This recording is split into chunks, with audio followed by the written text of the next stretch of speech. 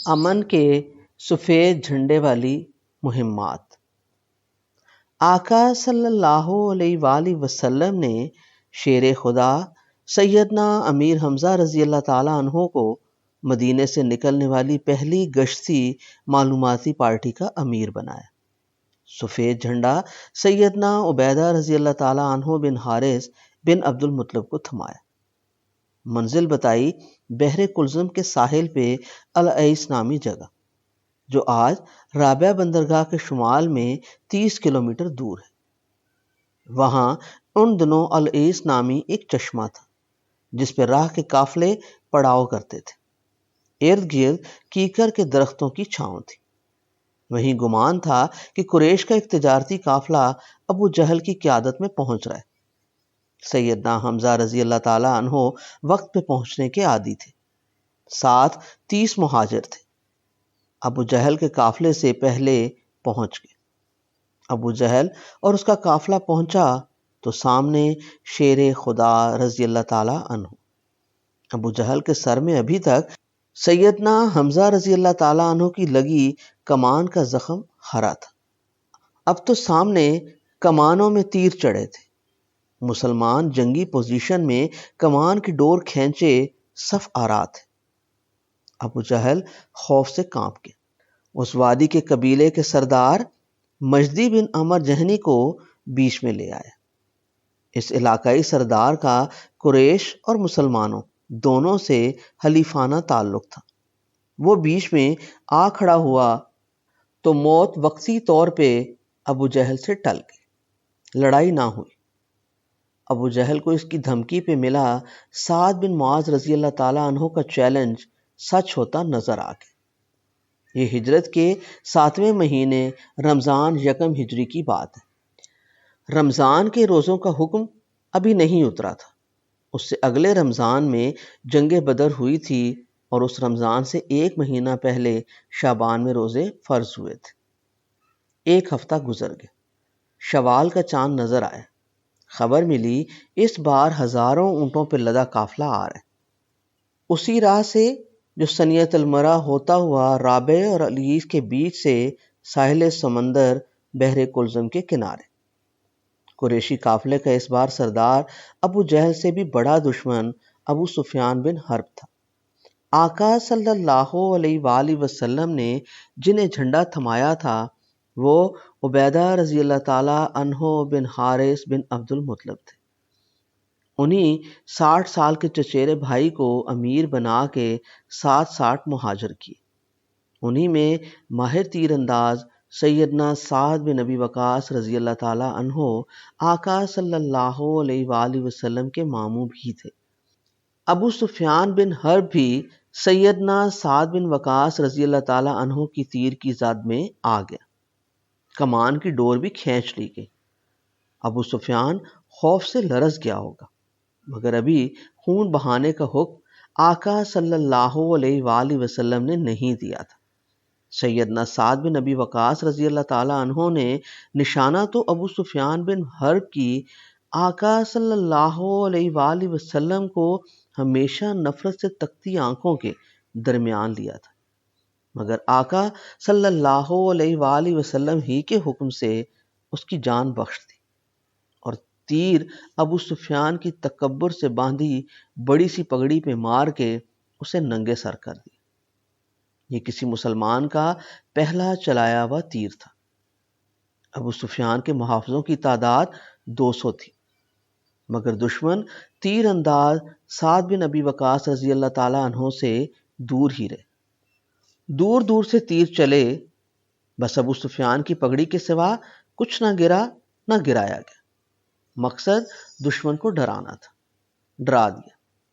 ایک بونس یہ ملا کہ قریش والوں نے جن 2 مسلمانوں کو ہجرت کرنے سے روک رکھا تھا وہ سعد بن ابی وقاص رضی اللہ تعالیٰ عنہ کے تیر چلنے کے حوصلے میں شیر بن گئے۔ اپنی سپاہ چھوڑ کے مسلمان جتھے سے آ ملے۔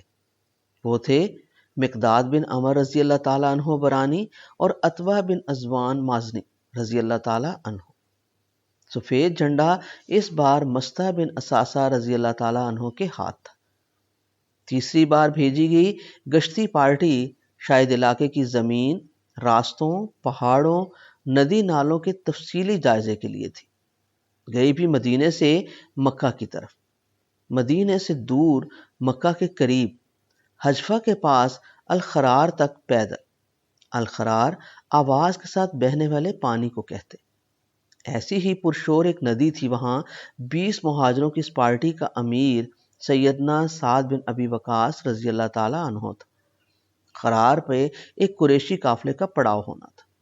یہ پارٹی ادھر پہنچی تو دشمن قافلہ پہلے بھاگ چکا تھا۔ مارنے سے ڈرانا زیادہ اثر رکھتا تھا۔ قریش پہ ایک خوف طاری کرنا تھا کہ ان کے تجارتی قافلے کی ہر راہ اب ہماری پہنچ اور دسترس میں، لہٰذا راستے بدلو یا ذہن اور دل و دماغ میں تبدیلی لاؤ۔ اب مسلمان ایک قوت ہے، ایک مملکت والے۔ سیدنا سعد بن ابی وقاص رضی اللہ تعالیٰ عنہ آقا صلی اللہ علیہ وآلہ وسلم کی والدہ کے کزن 17 سال کی عمر میں اسلام کے انتہائی ابتدائی دنوں میں ایمان سے مالا مال ہوئے تھے۔ اس گشتی مشن میں 30 سال عمر کے تھے۔ انہوں نے تمام جنگوں میں حصہ لیا۔ آقا صلی اللہ علیہ وآلہ وسلم کے بعد سیدنا عمر بن خطاب رضی اللہ تعالیٰ عنہ کے عہد میں انہی کے ہاتھوں ایران جیسی سپر پاور فتح ہوئی۔ عراق کا قدیم شہر بابل اور نینوا بھی انہوں نے جیتا۔ ان 3 ابتدائی کامیاب گشتی پارٹیوں سے آقا صلی اللہ علیہ وآلہ وسلم کو جب قابل اطمینان اطلاعات اور مؤثر معلومات دستیاب ہو گئیں تو آقا صلی اللہ علیہ وآلہ وسلم بنفس نفیس مسلمانوں کے ایک مضبوط گروپ میں 70 مہاجروں کو ساتھ لے کر مدینے سے نکلے۔ منزل اس بار مدینے اور مکہ کی راہ میں ایک مقدس مقام تھا، ابوا، جہاں 6 سال کی عمر میں آپ اپنی ماں سے بچھڑے تھے، جہاں ایک یتیم پھر سے یتیم ہو گیا تھا۔ ابوا کے پاس ہی 13 کلومیٹر اب ہرشی نام کی ایک بستی ہے۔ اسی علاقے کو ودان بھی کہتے ہیں۔ حجفہ سے 100 کلومیٹر دور اس علاقے میں اس وقت 3 بڑے قبائل آباد تھے، بنو زمرہ، بنو غفار اور کنانہ۔ مدینے سے نکلتے سمے آقا صلی اللہ علیہ وآلہ وسلم نے خزرج کے سردار سیدنا سعد بن عبادہ رضی اللہ تعالیٰ عنہ کو وہاں اپنا نائب مقرر کیا اور اپنا امن کا سفید کبوتر جیسا پرچم سیدنا حمزہ رضی اللہ تعالیٰ عنہ کو تھمایا۔ خود اپنے ہاتھ سے وہ جھنڈا باندھا۔ قبائل پہ اثر پذیری کے بیج تو بوئے جا چکے تھے، اب ثمر پانے کا سمے تھا۔ ثمر ملا۔ بنو زمرہ کے سردار مخشی بن عمر نے رسول اللہ صلی اللہ علیہ وآلہ وسلم کے ساتھ حلیفانہ معاہدہ کر لیا۔ تحریری معاہدہ، قلم اور کاغذ آقا صلی اللہ علیہ وآلہ وسلم ہر سفر میں لے کر چلتے تھے۔ معاہدے کی عبارت یوں تھی: یہ بنو زمرہ کے لیے محمد رسول اللہ صلی اللہ علیہ وآلہ وسلم کی تحریر ہے۔ یہ لوگ اپنے مال اور جان کے بارے میں بالکل مامون رہیں گے، اور جو ان پہ حملہ کرے گا اس کے خلاف ان کی مدد کی جائے گی، سوائے اس کے کہ یہ خود اللہ کے دین کے خلاف جنگ کرے۔ یہ معاہدہ اس وقت تک کے لیے ہے جب تک سمندر ان کو تر کر دے، اور جب رسول اللہ صلی اللہ علیہ وآلہ وسلم ان کو مدد کے لیے بلائیں ان کو آنا ہوگا۔ آقا صلی اللہ علیہ وآلہ وسلم نے ہمہ وقت قیام اپنی والدہ محترمہ کی قبر کے پاس ابوا میں ہی کیا۔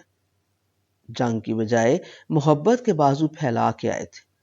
ایک بڑے قبیلے کی وفاداری ماں کی قبر کی قربت سے خدا کی طرف سے ملی۔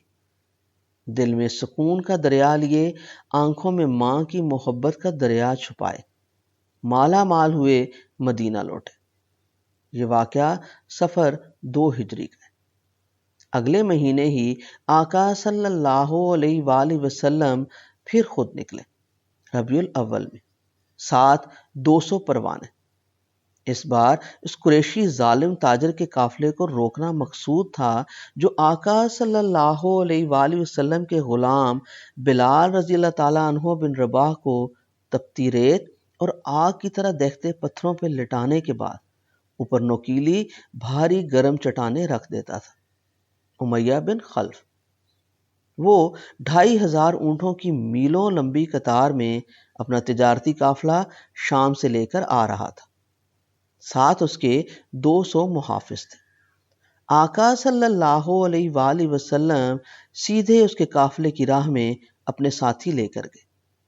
بوات اس جگہ کا نام تھا جہاں قافلے کا متوقع پڑاؤ تھا۔ یہ مدینہ اور جنبو دونوں سے 100 کلومیٹر دوری پہ جگہ تھی۔ وہاں 2 پہاڑوں کے درمیان ایک بڑا قبیلہ جوہنیہ آباد تھا۔ وہیں ساتھ ہی ایک مشہور پہاڑ ہے رضوی۔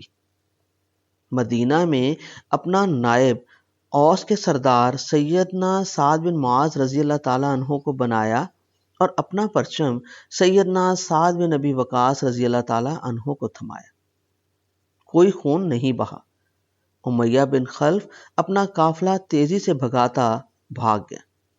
آقا صلی اللہ علیہ وآلہ وسلم نے پیچھا نہیں کیا۔ جوہنیہ قبیلہ نے بھی آقا صلی اللہ علیہ وآلہ وسلم کی برتری مان لی۔ اگلی بار اگلے مہینے پھر آقا صلی اللہ علیہ وآلہ وسلم چوتھی مرتبہ مسلسل خود قیادت کرتے ہوئے مدینہ سے نکلے۔ اس بار منزل بدر کا میدان تھا۔ بدر کی معرکہ اعلیٰ جنگ جو 6 مہینے بعد ہونی تھی، آقا صلی اللہ علیہ وآلہ وسلم اس کی ریکی کرنے گئے تھے۔ شاید ہوا یوں کہ قریشی مکہ کے ایک چور قرظ بن جابر فہری نے چالاکی اور عیاری سے مدینے کی سرکاری چراگاہ پہ حملہ کیا اور کئی اونٹ کھول کے لے گیا۔ آقا صلی اللہ علیہ وآلہ وسلم تک خبر پہنچی تو خود سوار ہو کے 70 ساتھیوں کے ساتھ چور کا پیچھا کیا۔ بدر کے نواح میں صفوان وادی تک گئے، 85 میل تک پیچھے گئے۔ بدر کے میدان سے آگے چور کے نشان نہ ملے، پکڑا نہ گیا، مگر پکڑ میں عجیب طرح آیا۔ وہی چور تھوڑے دنوں بعد خود مسلمان ہو گیا اور آقا صلی اللہ علیہ وآلہ وسلم کی اسی چراگاہ میں اونٹوں کو چارہ کھلانے والا رکھوالا بن گیا۔ مدینہ سے جاتے ہوئے آقا صلی اللہ علیہ وآلہ وسلم نے اپنے منہ بولے بیٹے غلام سیدنا زید بن حارث رضی اللہ تعالیٰ عنہ کو اپنا نائب بنایا تھا۔ علم اس بھاگ دوڑ میں بھی تھا۔ علم بردار تھے شیر رسول صلی اللہ علیہ وآلہ وسلم سیدنا علی رضی اللہ تعالیٰ عنہ۔ اس تعاقب سے ذرا پہلے پتہ چلا کہ ابو سفیان بن حرب ایک بہت بڑا تجارتی قافلہ لے کر مکہ سے شام کے لیے نکلا ہے۔ جنبو کے اطراف میں ایک مقام ہے ذوالعشیرہ، وہاں پہنچے۔ 130 اونٹ ساتھ تھے، صرف باری باری سوار ہوتے پہنچنے میں دیر ہو۔ قافلہ نکل گیا۔ یہ وہی قافلہ ہے جسے واپسی پہ پکڑنے کی صورت میں جنگ بدر ہوئی۔ آقا صلی اللہ علیہ وآلہ وسلم کا اس مشن پہ جانا بھی مبارک ثابت ہوا۔ وہاں قیام کے دوران 2 طاقتور قبیلوں بنو مدلج اور بنو زمرہ سے عدم جاہریت کا معاہدہ ہوا۔ مدینہ سے نکلتے لمحے سیدنا ابو سلمہ بن عبد الاسد المخزومی کو نائب مقرر کیا اور امن کا اپنا سفید پرچم شیر خدا سیدنا امیر حمزہ رضی اللہ تعالیٰ عنہ کے ہاتھ دیا۔ اس ترتیب سے 4 مسلسل گشتی پارٹیوں کی قیادت آقا صلی اللہ علیہ وآلہ وسلم نے خود کی اور اپنے سپاہیوں کو فیلڈ میں تربیت کر کے خود پرکھا اور آزمایا۔ جنگ بدر سے پہلے 1 رجب 2 ہجری میں آقا صلی اللہ علیہ وآلہ وسلم نے ایک مختصر سی 12 مسلمانوں کی ریکی پارٹی ایک نئے رخ پہ مکہ اور طائف کے درمیان عین مکہ کے سر پہ حدود مکہ کے مقام نخلہ بھیجی۔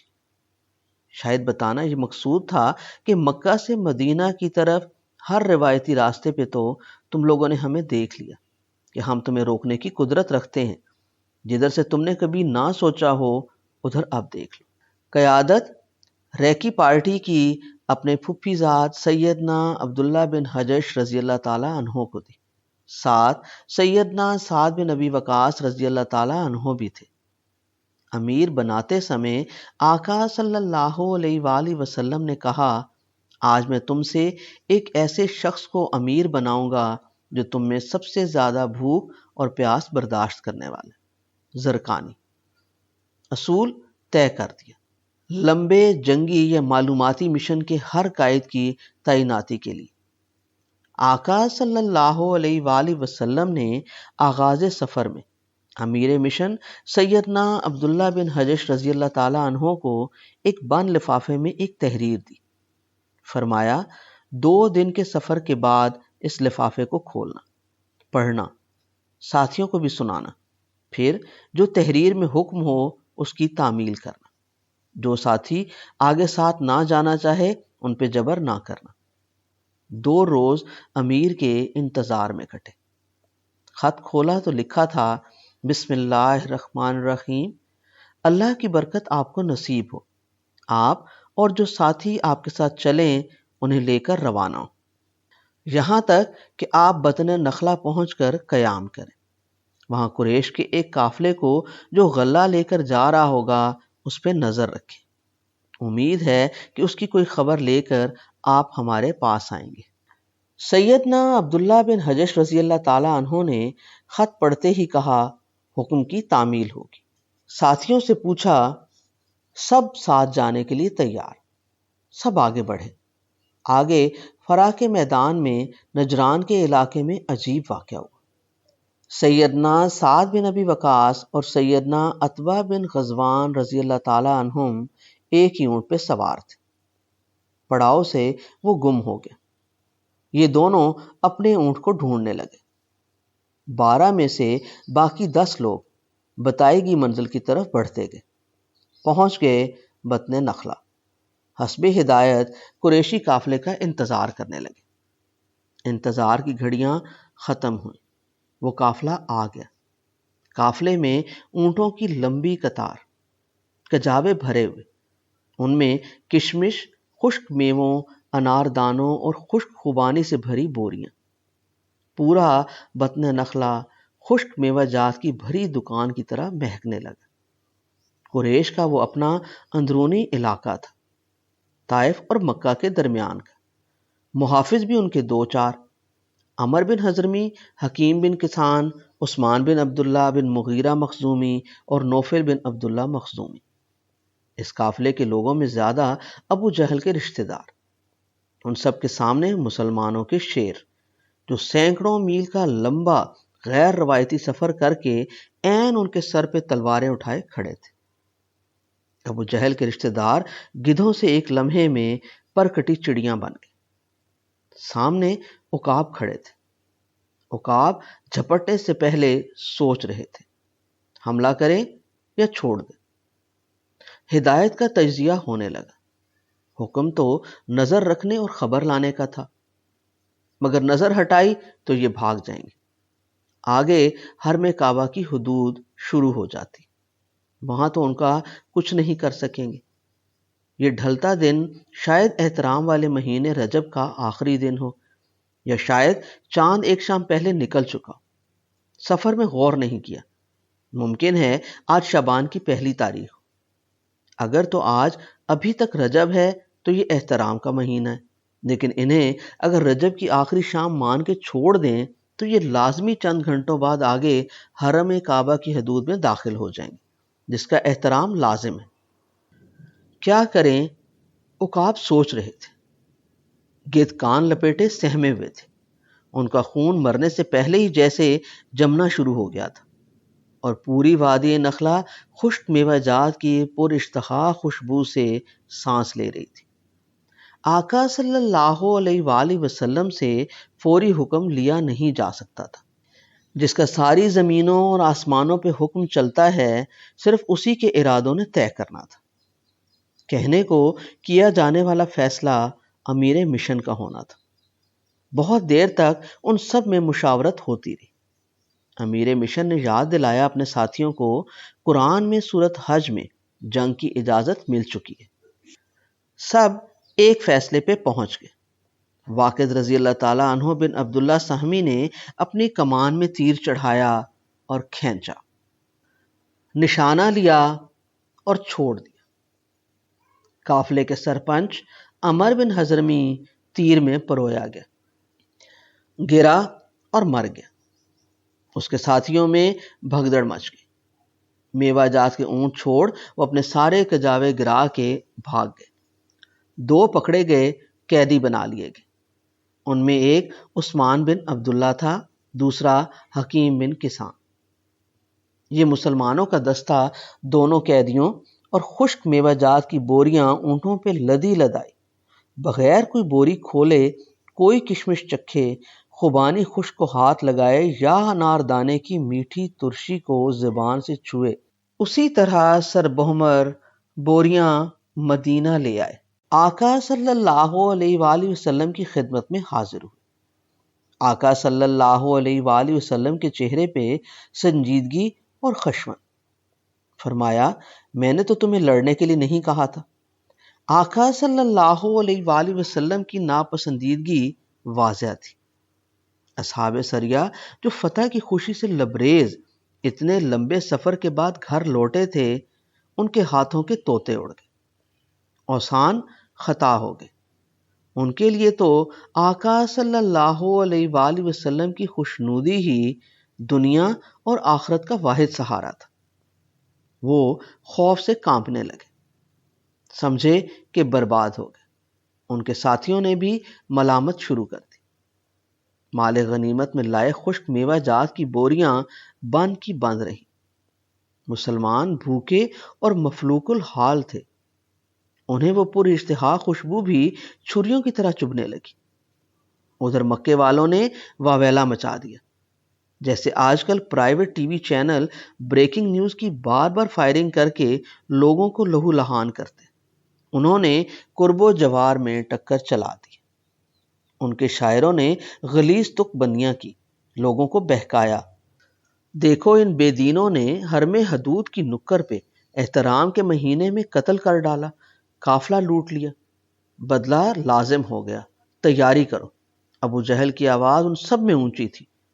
ادھر مسلمان خاموش، اداس، پشیمان۔ آخر آسمان سے حکم اترا، وحی آئی۔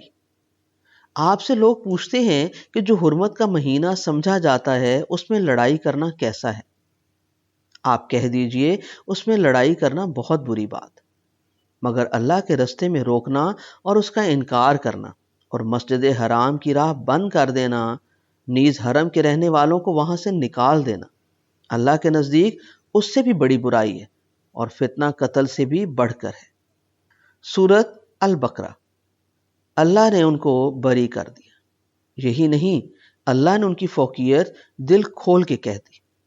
بے شک وہ لوگ جو ایمان لائے اور جنہوں نے وطن سے بے وطن ہو کر مصائب برداشت کیے اور اللہ کی راہ میں جہاد کیا، تو بلا شبہ یہی لوگ ہیں جو اللہ کی رحمت کے امیدوار ہیں، اور اللہ لغزشوں کو معاف کرنے والا اور اپنی رحمتوں سے نوازنے والا ہے۔ سورۃ البقرہ۔ وہ سب سرخرو ہو گئے۔ دونوں قیدیوں کو لینے فدیہ لے کر مکہ والے پہنچ گئے۔ 3 اوقیہ سونا یعنی 480 درہم ہر ایک کی۔ دونوں کے لیے فدیہ ادا ہو گیا۔ عبداللہ بن مغیرہ ہاتھ جھاڑ کے اٹھ کے چل پڑا۔ دوسرا قیدی 4 دن مسجد نبوی میں مسلمانوں کی پاکیزہ دلی دیکھ کے اور آقا صلی اللہ علیہ وآلہ وسلم کے حسن اخلاق کے ہاتھوں عجیب طرح لٹ گیا۔ جب مکہ سے آئے اس کے اقربا اس کا فدیہ ادا کر کے اس کا ہاتھ پکڑنے لگے تو وہ دھاڑے مار کے رونے لگا۔ آقا صلی اللہ علیہ وآلہ وسلم کے حضور ہاتھ جوڑ کے بولا، مجھے نہ بھیجیں، اپنا غلام اپنا قیدی بنائے رکھیں۔ میری روح اور میرے جسم کی بوٹی بوٹی دہائی دے رہی ہے، لا الہ الا اللہ محمد الرسول اللہ۔ میں آپ کا غلام ہوں آقا، مجھے نہ ٹھکرائیں۔ آقا صلی اللہ علیہ وآلہ وسلم تو اپناتے ہی ٹھکرائے ہوئے کو ہیں۔ اس کا فدیہ واپس کر دیا گیا۔ وہ وادی نخلہ سے آیا ہوا سب سے خوشبودار میوہ تھا، جس کی آقا صلی اللہ علیہ وآلہ وسلم سے وفاداری زندگی بھر کے سارے نعتوں کو توڑ کے اپنی بستی سے دور قیدی بن کے آنے اور عین رہائی کے وقت آقا صلی اللہ علیہ وآلہ وسلم کی غلامی اختیار کرنے کی وجہ سے آج تک علامت حیرت اور آقا صلی اللہ علیہ وآلہ وسلم سے عشق کی انمٹ مثال ہے۔ مکہ کے مشرکین اور خصوصاً ابو جہل اور امیہ بن خلف کے دلوں پہ یہ دوہری چھری چلی کہ ان کا قیدی خود رہا ہونے سے انکار کر گیا۔